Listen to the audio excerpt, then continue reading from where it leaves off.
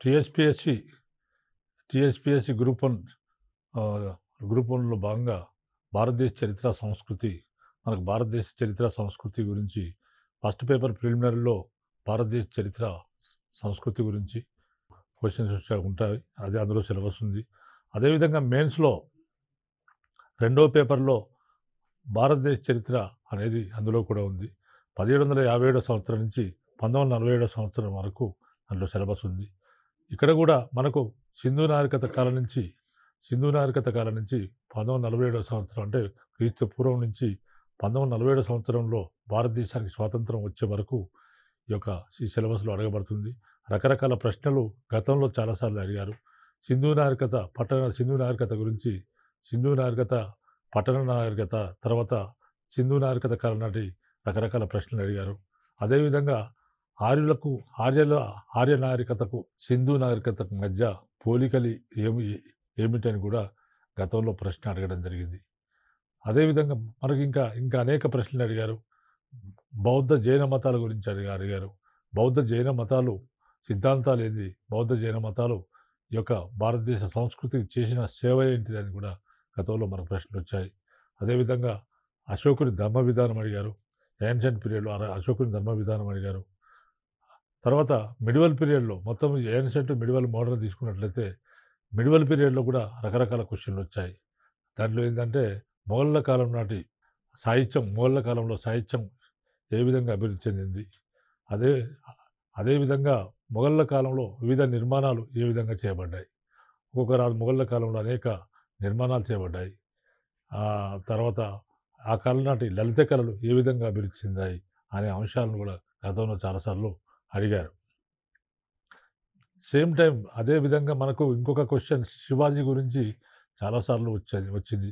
శివాజీ రాజ్యాన్ని ఆవిర్భవించడానికి దారితీసిన పరిస్థితులు ఏమిటి, శివాజీ రాజ్యం ఏ విధంగా ఆవిర్భవించింది, శివాజీ ఒక జాతీయ నాయకుడిగా శివాజీని వివరించమని అనే ప్రశ్న గతంలో చాలా పరీక్షల్లో వివిధ పరీక్షల్లో వచ్చింది. ఉమ్మడి రాష్ట్రంలో ఉన్న గ్రూప్ 1లో కూడా చాలాసార్లు ఈ ప్రశ్న అడగడం జరిగింది. తర్వాత సమాజ సంస్కరణ, ముఖ్యంగా హిందూ మతం పైన ఇస్లాం ప్రభావం ఏ విధంగా ఉంది,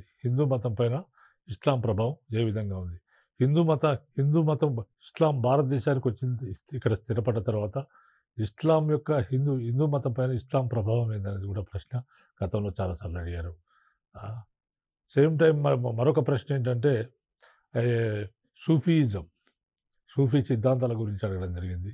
భారతదేశంలో భక్తి ఉద్యమాల మధ్యయుగం కాలం నాటి భక్తి ఉద్యమాల గురించి అడిగారు. ఆ తర్వాత సామాజిక సంస్కరణ ఉద్యమాలు, 19వ శతాబ్దంలో జరిగిన సామాజిక సంస్కరణ ఉద్యమాలు, రాజా రామ్మోహన్ రాయ్, దయానంద సరస్వతి, జ్యోతిబా పూలే, వివిధ సంస్కరణ గురించి కూడా అడగడం జరిగింది. సేమ్ టైం దక్షిణ భారతదేశంలోని అనేక ఉద్యమాలు జరిగాయి, సంఘ సంస్కరణ ఉద్యమాలు. అలాంటిది మనకి పెరియార్ రామస్వామి ఉద్యమం, ఇట్లా అనేక రకాల ఉద్యమాలు దక్షిణ భారతదేశంలో కూడా జరిగాయి. ఉత్తర భారతదేశ ఉద్యమాల్లో సామాజిక సంస్కరణ ఉద్యమాలు ఉన్నాయి. తర్వాత ఇట్లా రకరకాల ప్రశ్నలు మనకు గతంలో అడిగేవారు. ఈరోజు టాపిక్ వచ్చేసి సింధు లేదా హరప్పా నాగరికత. సింధు లేదా హరప్పా నాగరికతలో మనకు ప్రిలిమినరీ ఎగ్జామ్లో ఏ విధంగా ప్రశ్నలు అడిగే అవకాశం ఉన్నది అనే అంశానికి వస్తే, ఇక్కడ మొహెంజోదారో అనగా అర్థం ఏమిటి, అనేది అంటారు అనే ప్రశ్న గతంలో వచ్చింది. మొహెంజోదారో అంటే 4 ఆల్టర్నేటివ్స్ కింద ఇస్తారు. ఒకటి, దానికి ఆన్సర్ ఏంటంటే మృతుల పురము లేదా దిబ్బ. మొహెంజోదారో అనగా మృతులపురం దాని మీనింగ్. అది ఒక క్వశ్చన్. సెకండ్ క్వశ్చన్ వచ్చేసి సింధు నాగరికత కాలం నాటి స్నానవాటిక ఎక్కడ బయలుపడింది. సింధు నాగరికత కాలం నాటి స్నానవాటిక ఎక్కడ బయలుపడింది అంటే మొహెంజోదారోలో బయలుపడిందని దానికి ఆన్సర్ మనం చెప్పవచ్చు. సింధు ప్రజలు తొలిసారిగా పండించిన పంట ఏది? సింధు ప్రజలు ప్రపంచంలోనే మొట్టమొదటిసారిగా పండించారు. అలాంటి పంట ఏది అంటే అది పత్తి. ప్రపంచంలోనే సింధు ప్రజలు మొట్టమొదటిసారిగా సింధు ప్రజలే ఈ పత్తి పంటను పండించడం జరిగింది.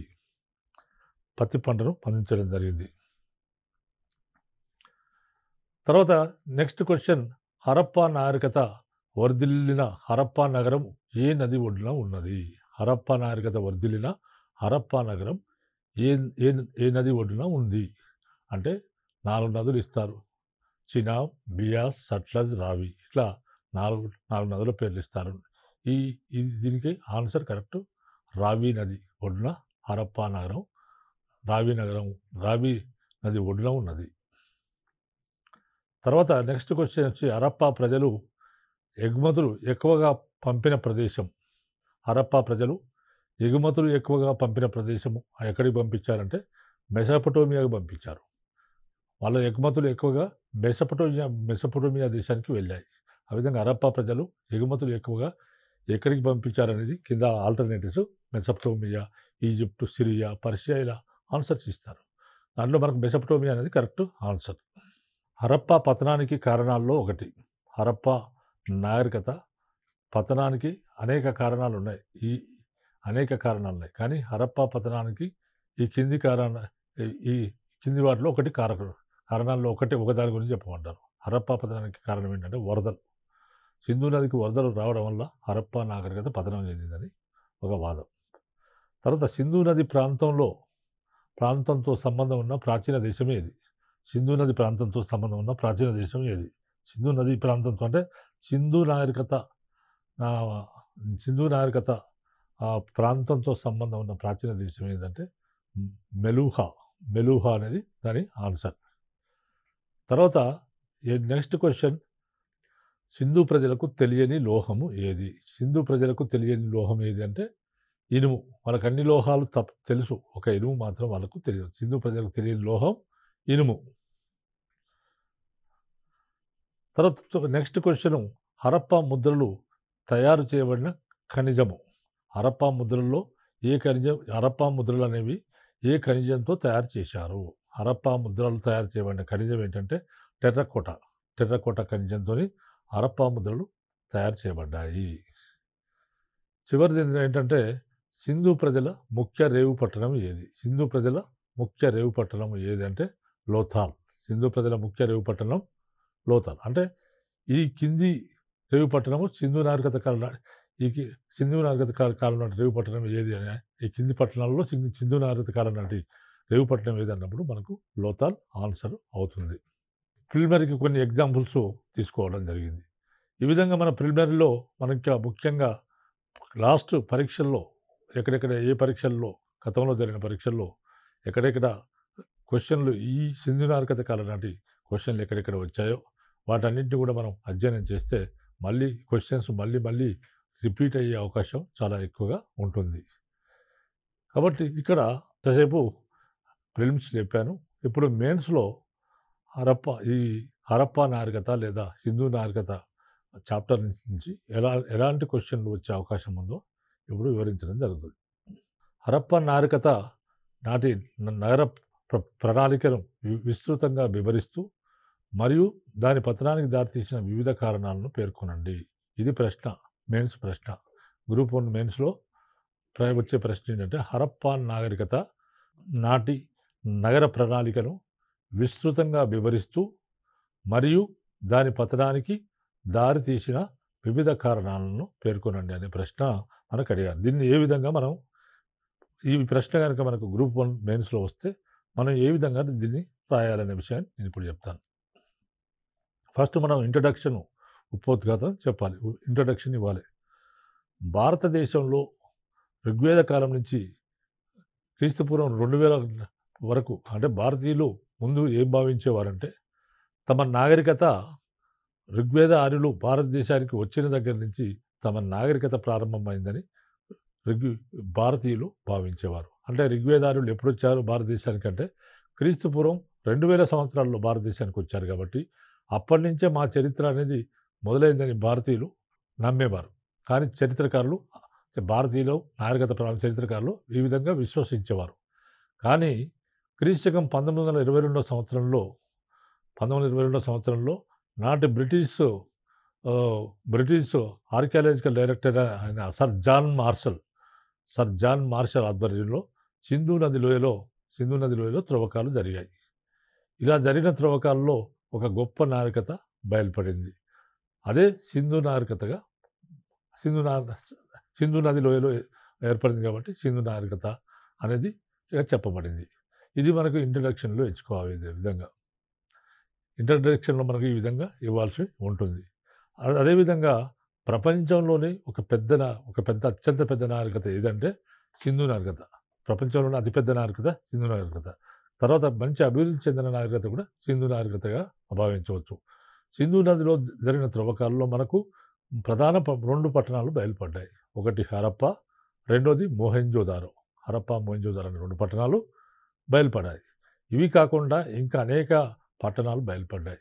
అవేంటంటే చనుహుదారో, తర్వాత బన్వాలి, తర్వాత రంగపూర్, తర్వాత ఇట్లా సుర్కోటడ ఇట్లా అనేక పట్టణాలు, నూతన గ్రామాలు, రకరకాల పట్టణాలు ఈ సింధు నాగరికతలో మనకు వివిధ సంవత్సరాల్లో వాళ్ళు జరిపిన త్రవ్వకాల్లో మనకు బయటపడ్డాయి. సింధు నాగరికత ఈ విధంగా బయటపడ్డాయి. దీంతో ఏమైందంటే భారతీయులు 1922 కంటే ముందు భారతీయ చరిత్రకారులు అడిగిన వారు తమ చరిత్ర సింధు నాగరికత క్రీస్తుపూర్వం 2000 సంవత్సరాల్లో ఆర్యుల రాకతో ప్రారంభమైంది అనుకునేవారు. కానీ 1922 సంవత్సరంలో ఈ విధంగా నాగరికత బయలుపడేసరికి భారతీయ చరిత్ర పరిమితి ఒక్కసారిగా క్రీస్తుపూర్వం 3000 సంవత్సరాలకు వెళ్ళింది. భారతీయ చరిత్ర ప్రాచీనత పరిమితి ఒక్కసారిగా క్రీస్తుపూర్వం 3000 సంవత్సరాలకు వెళ్ళింది. మరి ఈ విధంగా వెళ్ళిన తర్వాత ఈ నాగరికతలో మనకు సింధు నాగరికతలో ప్రధాన పట్టణాలు ఏంటంటే హరప్ప అండ్ మొహెంజోదారో. ఇవి ప్రధాన పట్టణాలు. ఇది ప్రపంచంలో ఈ నాగరికత అనేది మొత్తం ప్రపంచంలో అనేక నాగరికతలు ఉన్నాయి. కానీ ఇది ప్రపంచంలోనే ఒక పెద్ద నాగరికత సింధు నాగరికత. మరి సింధు నాగరికతలో మరి పట్టణ నిర్మాణం ఏ విధంగా ఉన్నది, ఇండ్లు ఏ విధంగా నిర్మించారు, పట్టణ నిర్మాణం ఏ విధంగా ఉంది అనే అంశాలు మనం ఇప్పుడు తెలుసుకుందాం. ఈ నాగరికతలో పట్టణాలన్నీ ఒకే ప్రణాళిక ప్రకారము నిర్మించబడ్డాయి. తర్వాత దీర్ఘచతురస్రాకారంలో నిర్మించబడడంతో పట్టణాలన్నీ ఒకే ప్రణాళిక ప్రకారం దీర్ఘచతురస్రాకారంలో నిర్మించబడడంతో పాటు పశ్చిమ దిశలో అంటే సింధు నాగరికతలో బయలుపడిన పట్టణాలన్నీ కూడా ఒకటే ప్రణాళిక ప్రకారం నిర్మించబడ్డాయి. వాళ్ళ ప్రణాళిక ఏంటంటే దీర్ఘచతురస్రాకారంలో నిర్మించారు. అవి అంతేకాకుండా ప్రతి పట్టణంలో కూడా పశ్చిమ దిశలో ఒక కోట ఉండేది. తర్వాత దిగువన పట్టణ ప్రాంత నిర్మాణం జరిగింది. తర్వాత ప్రధాన వీధులు ఉత్తర దక్షిణాలుగా ఉండేవి. వాటికి సమకోణంలో ఉపవీధులు, సందులు ఉండేవి. ప్రధాన వీధులు ఉత్తర దక్షిణాలుగా ఉండేవి. వాటికి సమకోణంలో ఉపవీధులు మరియు సందులు ఉండేవి. ఈ ఉపవీధులు, సందుల మధ్య దీర్ఘచతురస్రాకారంలో నివాస గృహాలు నిర్మించారు. అంటే ప్రజలు నివసించే గృహాలు. ఈ ఉపవీధులు, సందుల మధ్య దీర్ఘచతురస్రాకారంలో నివాస గృహాలు నిర్మించారు. విస్తృతమైన జనవాసాల మౌలిక రూపురేఖలకు సంబంధించిన వరకు పట్టణ నగరాల్లో ఒక క్రమ పద్ధతి ఇక్కడ కనబడుతుంది. విస్తృతమైన ఈ విధంగా జనవాసాల మౌలిక రూపురేఖలకు సంబంధించినంత వరకు పట్టణ నగరాల్లో ఒక క్రమ పద్ధతి మనకు కనబడుతుంది. తర్వాత వీధులు వెడల్పు కూడా ఒకే నియమిత గుణకం ప్రకారము నిర్మించినట్టు తెలుస్తుంది. వీధుల వెడల్పు అన్ని పట్టణాల్లో, అన్ని నగరాల్లో వీధుల వెడల్పు ఒకే తీరుగా ఉండేది. వీధుల వెడల్పు కూడా ఒక నియత గుణకం ప్రకారం నిర్మించినట్టు మనకు కనిపిస్తుంది. తర్వాత గ్రిడ్ పద్ధతి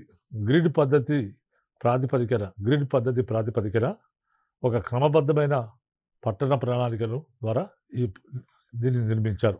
గ్రిడ్ పద్ధతి ప్రాతిపదికన క్రమబద్ధమైన పట్టణ ప్రణాళిక ప్రకారము ఈ యొక్క ఈ కాలంలో నిర్మాణాలు జరిగాయి. హరప్పా నాగరికత మనకు గ్రిడ్ పద్ధతి అనేది మనకి ఇక్కడ ఒక ముఖ్య లక్షణంగా, ఒక విశిష్ట లక్షణం, హరప్పా నాగరికత కాలం అంటే ఒక విశిష్ట లక్షణంగా గ్రిడ్ పద్ధతి ప్రాతిపదికన క్రమబద్ధమైన పట్టణ ప్రణాళిక అనేది హరప్పా నాగరికత యొక్క గొప్ప విశిష్ట లక్షణంగా మనకి ఇక్కడ తెలుస్తుంది. తర్వాత ప్రమాణీకృతమైన కాల్చిన ఇటుకలను వాడారు. వీరి కన్స్ట్రక్షన్లో మొత్తం కూడా కాల్చిన ఇటుకలను మాత్రమే ఉపయోగించేవారు. కాల్చిన ఇటుకలతో వివిధ నిర్మాణాలు చేశారు. వీళ్ళు ప్రామాణీకృతమైన కాల్చిన ఇటుకలను విరిగా ఉపయోగించారు. తర్వాత ఇక్కడ రాతి నిర్మాణాలు ఎక్కడా లేవు. మొత్తం కూడా ఇటుకలతో నిర్మించిన నిర్మాణాలే. అంటే కాల్చిన ఇటుకలతో వీళ్ళు నిర్మాణాలు చేపట్టారు. రాతి నిర్మాణాలు అసలు లేనే లేవు. గృహాలలోని పట్టణాల్లోని గృహాలన్నింటినీ వీధుల్లోకి మురుగు కాలువలకు కలిపే భూగర్భ మురుగు ఉండేది. అంటే మనకు మట్టి పైపులు ప్రతి గృహానికి కూడా మట్టి పైపులు ఉండేవి. అంటే ప్రతి గృహంలో కూడా గృహం యొక్క గోడల్లోనే మట్టి పైపులు బిగించి ఉండేవి. ఆ విధంగా బయట నుండి మంచినీళ్ళు లోపలికి రావడానికి, లోపల ఉన్న మురుగునీరు బయటకు పోవడానికి ప్రత్యేకమైన సౌకర్యాలు ఆ కాలంలో మట్టి గొట్టాలు అమర్చారు. ఈ విధంగా ఈ మట్టి గొట్టాలు ఈ విధంగా ఈ మురుగునీరంతా ఎక్కడికి వెళ్తుందంటే ఊరు చివరిలో ఉన్న నదిలోకి వెళ్తుంది. అయితే అక్కడక్కడ వీధుల్లో మ్యాన్హోల్స్ ఉండేవి. మనిషి దూరే రంధ్రాలు, మ్యాన్హోల్స్ ఉండేవి. ఆ వీధుల ద్వారా ఈ చెడు నీరు అంతా కూడా ఊరి చివరన ఉన్న నదిలోకి చేరుతుంది. ఇలాంటి భూగర్భ సిస్టమ్, మురుగు కాలువలకు అలాంటి పైప్ లైన్ సిస్టము ఆ విధంగా ఉండేది. తర్వాత ప్రతి ఇంటికి ఒక బావి ఉండేది. ఫ్రంట్లో బావి ఉండేది. ప్రతి ఇంట్లో కూడా స్నానం చేయడానికి ఒక ప్రత్యేక సౌకర్యాలు ముందు గదిలోనే ఉండేవి. తర్వాత పెద్ద పెద్ద ఇళ్ళు విశాలంగా ఉండేవి. ధనవంతుల ఇల్లు విశాలంగా ఉండేవి. కొన్ని కూలీల గదులు కూడా ఈ కాలంలో కూలీల ఇళ్ళు కూడా బయలుపడ్డాయి. కూలీల ఇల్లు అంటే ఒకటే రూమ్ ఉంటుంది. దాని ముందు స్నానం చేయడానికి అనుకూలంగా ఒక బాత్రూమ్ లాంటిది ఉంటుంది. తర్వాత ఈ కాలంలో నీటిపారుదల వ్యవస్థ ఈ విధంగా ఉండేది. తర్వాత గృహ నిర్మాణంలో ఎక్కువగా అంటే ఈ రోజుల్లో ఈ కాలంలో ఇంకొక విశిష్టమైనది ఏంటంటే కిటికీలు చాలా తక్కువగా ఉంటాయి. ప్రతి ఇంటికి కిటికీలు తక్కువగా ఉంటాయి. గోడలు మందంగా ఉంటాయి, కిటికీలు తక్కువగా ఉంటాయి. ఆ కిటికీలు కూడా గోడ పైభాగంలో కిటికీలు పెడతారు. ఎందుకంటే సింధు నది వరదలకు భయపడి వాళ్ళు ఆ విధంగా పైన కిటికీలు అమర్చుకోవడం జరిగింది. తర్వాత గృహ నిర్మాణంలో ఎక్కువగా 2 అంతస్తుల భవన నిర్మాణాలు ఈ కాలంలో ఎక్కువగా కనబడుతుంటాయి. నిర్మాణాలన్నీ ఒకే పరిమాణం కలిగిన కాల్చిన ఇటుకలతో నిర్మించబడి ఉండేవి అన్నమాట. ఈ కాలం నాటి నిర్మాణాలన్నీ ఒకే పరిమాణం కలిగిన కాల్చిన ఇటుకలతో నిర్మించబడి ఉండేవి. అదనేది మరొక విశిష్ట లక్షణంగా చెప్పవచ్చు. ప్రతి ఇంటికి కూడా ఒక ప్రవేశ మరియు నిష్క్రమణ ద్వారం ఉండేది. ప్రతి ఇంటికి కూడా ఒక ప్రవేశ ద్వారము మరియు నిష్క్రమణ ద్వారము ఉండేది. అంటే ఒక ద్వారం నుంచి ఒక ప్రవేశ ద్వారం ఉండేది. మళ్ళీ బయటికి ఎలా వెళ్ళాలో దానికి నిష్క్రమణ ద్వారము ఉండేది. బయటికి వెళ్ళాలనే ద్వారం కూడా ఉండేది. మనకు ఇంటికి ఎడమ వైపున ముందు భాగాన బావి ఉండేది. ప్రతి ఇంటికి కూడా ఎడమ వైపున ముందు భాగాన బావి ఉండేది. తర్వాత అదేవిధంగా వెనక వైపు ఖాళీ స్థలం ఉండేది. వెనక వైపు ఖాళీ స్థలం ఉండేది. ప్రతి ఇంటిలో కూడా స్నానపు గదులు, మరుగుదొడ్లు ఉండేవి. ప్రతి ఇంట్లో కూడా స్నానపు గదులు, మరుగుదొడ్లు ఉండేవి. తర్వాత అదేవిధంగా మరుగుదొడ్ల నిర్మాణం ఉండడం సర్వసాధారణం. ఈ నిర్మాణం అంటే ప్రతి ఇంటికి కూడా ఇటువంటి పరిస్థితి ఉండేది.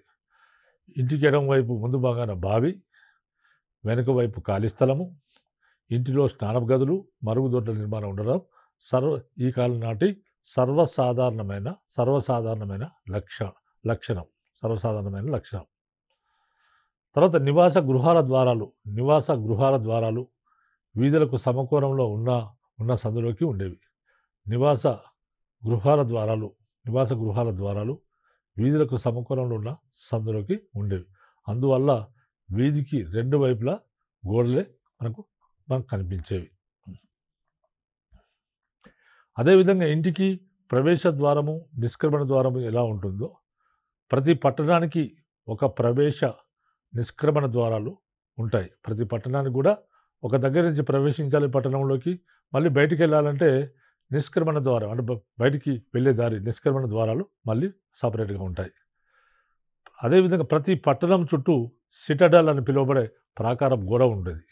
ప్రతి పట్టణం చుట్టూ ప్రతి పట్టణానికి ప్రాకారం ఉండేది, గోడ ఉండేది. సిటడల్ అంటే కోట గోడ ఉండేది. ప్రతి పట్టణానికి ప్రాకారం కూడా ఉండేది. అదేవిధంగా పట్టణం లోపల ఎత్తైన ప్రదేశంలో ధాన్యాగారాలు ఉండేవి. అది పట్టణం లోపల మనకు హరప్పాలో అనేక ధాన్యాగారాలు బయలుపడ్డాయి. పట్టణము లోపల ఎత్తైన ప్రదేశాల్లో ధాన్యాగారాలు పట్టణ ప్రజలు సామూహిక స్నానం ఆచరించే పద్ధతిని ఉంది. అని ఈ కాలంలో పెద్ద స్నానవాటిక మోహెంజోదారోలో ఒక పెద్ద స్నానవాటిక బయలుపడింది. ఈ స్నానవాటిక ఏంటంటే ఈ స్నానవాటిక ఒక గొప్ప నిర్మాణం, ఒక బ్రహ్మాండమైన నిర్మాణం. ఈ స్నానవాటికలో ఫ్రెష్ వాటర్ అంటే మంచినీళ్ళు బయటికి రావడానికి, మురుగునీరు బయటికి పోవడానికి ఏర్పాట్లున్నాయి. తర్వాత ఈ స్నానవాటికకు కావలసిన స్నానవాటిక చుట్టూ రూములున్నాయి, వరండాలతో రూములున్నాయి. తర్వాత ఈ స్నానవాటిక చాలా గొప్ప నిర్మాణము. ఈ స్నానవాటికలోకి నీరు రావడానికి ఒక బావి ఉండేది. ఇట్లా మనకు మోహెంజోదారోలో ఒక గొప్ప నిర్మాణం మనకు బయలుపడింది. అదే మోహెంజోదారోలో బయటపడ్డ స్నానఘట్టం. పట్టణం లోపల ఎత్తైన ప్రదేశంలో ధాన్యాగారాలు ఉన్నాయి.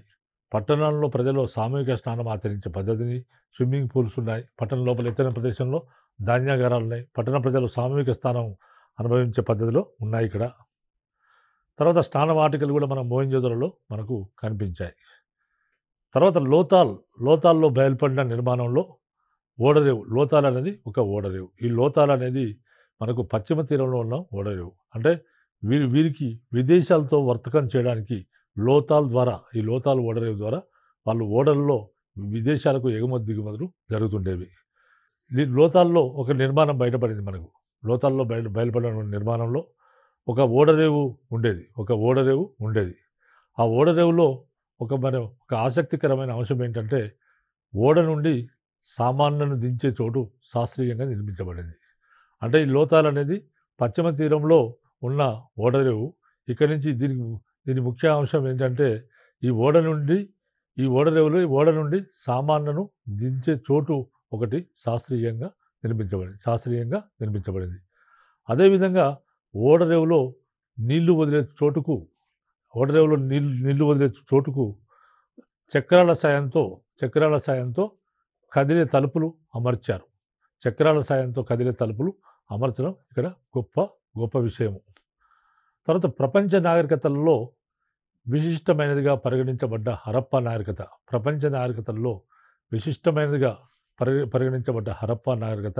పతనంపై మనకు అనేక సిద్ధాంతాలు, విభిన్న కారణాలున్నాయి. అంటే కొంతమంది ఏమంటారంటే సాంప్రదాయ ప్రియత్వం వల్ల హరప్పా నాగరికత పతనమైంది. సాంప్రదాయ ప్రియత్వం అంటే ప్రపంచంలో మార్పులు జరుగుతున్నాయి, ప్రపంచం ప్రకారం మనం మారాలనే జ్ఞానం లేకుండా పోయింది వాళ్ళకు. ప్రపంచం ఏ విధంగా మారుతుందో మనం కూడా వాళ్ళకు అనుకూలంగా మారితే బాగుంటుందనే సాంప్రదాయ ప్రియత్వం వాళ్ళు లోపించింది అనేది ఒకటి. రెండోది ఏంటంటే సింధు నదికి మాటికి వరదలు వచ్చేవి. సింధు నది వరదల్లో ఈ నాగరికత కొట్టుకపోయిందనేది, ఈ ఇల్లు అన్ని నాశనం అయ్యాయనేది ఒక కథ. మూడోది ఏంటంటే ఆర్యులు అనేవాళ్ళు భారతదేశానికి విదేశాల నుంచి ఆర్యులు వచ్చారు. ఆర్యులు ఇక్కడి వారు కాదు, మధ్య ఆసియా నుంచి భారతదేశానికి వచ్చారు. మధ్య ఆసియా నుంచి వచ్చిన ఆర్యులు ఈ హరప్పా నాగరికతను నాశనం చేసి వారు స్థిరపడ్డారనేది మరొక అంశం. తర్వాత ఇంకో అంశం ఏంటంటే విదేశీ దండయాత్రల వల్ల ఈ నాగరికత పతనమైందని మరికొందరి వాదం. ఏది ఏమైనా ఒక గొప్ప నాగరికత మనకు క్రీస్తుపూర్వం 3000 సంవత్సరాల్లోనే విలసిల్లడం చాలా గొప్ప నాగరికత ఇది. ఈ నాగరికత పతనంపై అనేక సిద్ధాంతాలు ఉన్నప్పటికీ ఇది ఆకస్మిక పతన సిద్ధాంతము. కాదు, ఆర్యులు అకస్మాత్తుగా దండయాత్ర చేయడం వల్లే ఈ ఈ నాగరికత పతనమైందని చాలామంది పేర్కొంటున్నారు. తర్వాత క్రమపరిణామ సిద్ధాంతం మాత్రము ప్రకృతి వైపరీత్యాలు, ఆత్మహత్య సదృశ్యమైన బలహీనతలైన రక్షణను విస్మరించడం, పరిమి పరిమితమైన లిపి వినియోగము, తర్వాత బలహీన మనస్తత్వము హరప్పా నాగరికత పతనానికి ప్రధాన కారణాలుగా పేర్కొంటుంది. క్రమపరిణామ సిద్ధాంతం అనేది ఏం పేర్కొంటుందంటే ప్రకృతి వైపరీత్యాలు అంటే వర్షాలు రావడం, రకరకాల వర్షాలు రావడము, వరదలు రావడం, ఇవన్నీ కూడా ప్రకృతి వైపరీత్యాలు. ఈ ప్రకృతి వైపరీత్యాల్లో మనకు సింధు నదికి వరదలు వచ్చి కొట్టుకుపోయిందని కొంతమంది వాదన. తర్వాత ఆత్మహత్య సదృశ్యమైన బలహీనతలు, ఈ బలహీనతలైన రక్షణను విస్మరించడం అనేది మనకు ఒక పరిణామం. తర్వాత పరిమితమైన లిపి వినియోగం. ఈ లిపిని ఏమంటారంటే సర్పలేఖనం అని అంటారు. లిపిని ఏమంటారంటే సర్పలేఖనం అని అంటారు. ఈ లిపి మనకు కుడి నుంచి ఎడమకు, ఎడమ నుంచి కుడికి ఈ లిపి ఉంటుంది. దీన్ని సర్పలేఖనం అని అంటారు. ఈ కాలం నాటి వీళ్ళ లిపి. అదేవిధంగా ఈ కాలంలో వీరి మతం ఏంటంటే వీళ్ళ మతంలో మదర్ గాడ్సెస్, ఒక స్త్రీ దేవతను పూజిస్తారు. వీళ్ళు మదర్ గాడ్సెస్ను పూజిస్తారు. అదేవిధంగా పురుష దేవుని పూజిస్తారు. ఏంటంటే పశుపతి, శివుణ్ణి మహాయోగ్య, తర్వాత పశుపతిగా వీరు పూజించేవారు. ఈ విధంగా మరి పశుపతికి ఒక భక్తుడు ఒక మేకను తెచ్చి బలిస్తున్నట్టు మనకు అనేక చిత్రాలు అక్కడ లభించాయి. స్త్రీ దేవతలను పూజిస్తారు. అదేవిధంగా ప్రకృతిని కూడా పూజిస్తారు. ప్రకృతిలో ఉన్న అనేక చెట్లను, తర్వాత పాములను, తర్వాత ప్రకృతిలో ఉన్న రకరకాల వ్యవస్థలను, చెట్లు, పాములను ప్రధానంగా వీళ్ళు పూజిస్తుంటారు. కాబట్టి ఈ విధంగా వీరి పూజా విధానం ఉంటుంది. తర్వాత ఇంకా వీరు మృత సంస్కారాల్లో ఏంటంటే రకరకాల మృత సంస్కారాలు, 3 రకాల మృత సంస్కారాలు వీళ్ళు ఫాలో అవుతుంటారు. అయితే మనకి ఇక్కడ వీరి ఆహారం మిగతా వ్యవహారాలకు వస్తే వీరు శాకాహారాలు, మాంసాహారులు. శాకాహారం తీసుకుంటారు, మాంసాహారం తీసుకుంటారు. వీరు ఖర్జూర పళ్ళు, తర్వాత పళ్ళు, తర్వాత నాన్ వెజిటేరియన్ తినేవాళ్ళు నాన్ వెజిటేరియన్ తింటారు. తర్వాత చదరంగం మొట్టమొదటిసారిగా ఉపయోగించి సింధు నాగరికత ప్రజలు, ప్రపంచంలోనే చదరంగం మొట్టమొదటిసారిగా సింధు నాగరికత ప్రజలు మాత్రమే ఉపయోగించారు. తర్వాత చదరంగము, పాచికలాడము ఇలాంటివి ఉంటాయి. తర్వాత ఇంకొక ముఖ్యమైన అంశం ఏంటంటే అవయవాలను విడివిడిగా బిగించడం. అంటే ఒక మనిషి బొమ్మ తయారు చేసినప్పుడు కాళ్ళు ఒకరు తయారు చేయడము, మధ్య భాగం ఒకరు తయారు చేయడము, తర్వాత తల ఒకరితో తయారు చేసి వీళ్ళు అంతా కలిపి ఫిట్ చేసేస్తారు. అది అవయవాలను రకరకాలుగా నిర్మించి మళ్ళీ ఫిట్ చేయడం అనే ప్రక్రియ ఈ రోజుల్లో ఉండేది. ఈ రోజుల్లో ఈ ప్రక్రియ వాళ్ళు వాడేవారు. తర్వాత ఈ కాలం నాటి టెర్రకోటా ఫిగర్స్ చాలా మనకు వీళ్ళ ముద్రలు మనకు త్రవ్వకాల్లో బయలుపడ్డాయి. వీరికి అన్ని జంతువులు తెలుసు, వీరికి అన్ని జంతువుల గురించి తెలుసు. కానీ వారికి తెలియనిది ఒకటే ఒక జంతువు, అదేంటంటే గుర్రం. వాళ్ళకు తెలియని జంతువు గుర్రము. తర్వాత వాళ్ళకు తెలియని లోహం ఏంటంటే ఇనుము. ఇవి కూడా 2 కూడా మనకు ఇంపార్టెంట్ క్వశ్చన్గా ప్రిలిమినరీలో వచ్చే అవకాశం ఉంటుంది. తర్వాత వీరి విదేశీ వ్యాపారం కూడా బ్రహ్మాండంగా చేశారు. వీళ్ళ విదేశీ వ్యాపారము సుమేరియాతోని రకరకాల దేశాలతో చేశారు. అంటే ఉత్తర భారతదేశానికి దక్షిణ భారతదేశం మధ్యలో కూడా, ఉత్తర భారతదేశం దక్షిణ భారతదేశం మధ్యలో కూడా మనకు బ్రహ్మాండమైన వాణిజ్యం ఆ రోజుల్లో జరిగింది. అయితే మనకి వీళ్ళ పతనానికి మరొక కారణం ఏం చెప్తున్నారంటే సుమేరియాతో సముద్ర వ్యాపారం పడిపోవడం కూడా ఒక కారణమని, ఇలా అనేక కారణాలు ఏకకాలంలో జరగడమే హరప్పా నాగరికత అంతరించిపోవడానికి కారణమని చరిత్రకారులు పేర్కొన్నారు. ఈ విధంగా మరి ఈ కాలంలో మనకు ఈ ప్రధాన అంశాలు, వీళ్ళకి ఇనుము వాడకం తెలియదు, గుర్రం ఈ కాలంలో లేదు, వీళ్ళకు గుర్రము తెలియదు అనేది వీళ్ళు. తర్వాత సింధు నాగరికత వీధులన్నీ కూడా మనకు వీళ్ళ ఆహారము, వీళ్ళ వీధులన్నీ కూడా సింధు నాగరికత వీధులన్నీ కూడా మనకు ఎండాకాలంలో దుమ్ముతో, వర్షాకాలంలో బురదతో నిండి ఉండేవి. ఆ విధంగా నిండి ఉండేవి. కాబట్టి మనకు గ్రూప్ 1 మెయిన్స్‌లో ఈ విధంగా సింధు నాగరికత గురించి అడిగినప్పుడు మనం ఇటువంటి ఆన్సర్ చెప్పుకోవాల్సి ఉంటుంది. కాబట్టి మనకు సింధు నాగరికత గురించి ఆలోచిస్తే ఈ యొక్క ఇంట్రడక్షన్ ఈ విధంగా ఇచ్చుకొని తర్వాత లోపల మ్యాటర్ పెట్టి తర్వాత లాస్ట్‌కు కంక్లూజన్ ఇస్తే మంచిగా మంచి మార్కులు వచ్చే అవకాశం ఉంది. మీరందరూ మంచిగా పరీక్ష రాసి విజయం సాధించాలని, మీరందరూ విజయం సాధిస్తారని నేను కాంక్షిస్తూ ముగిస్తున్నాను.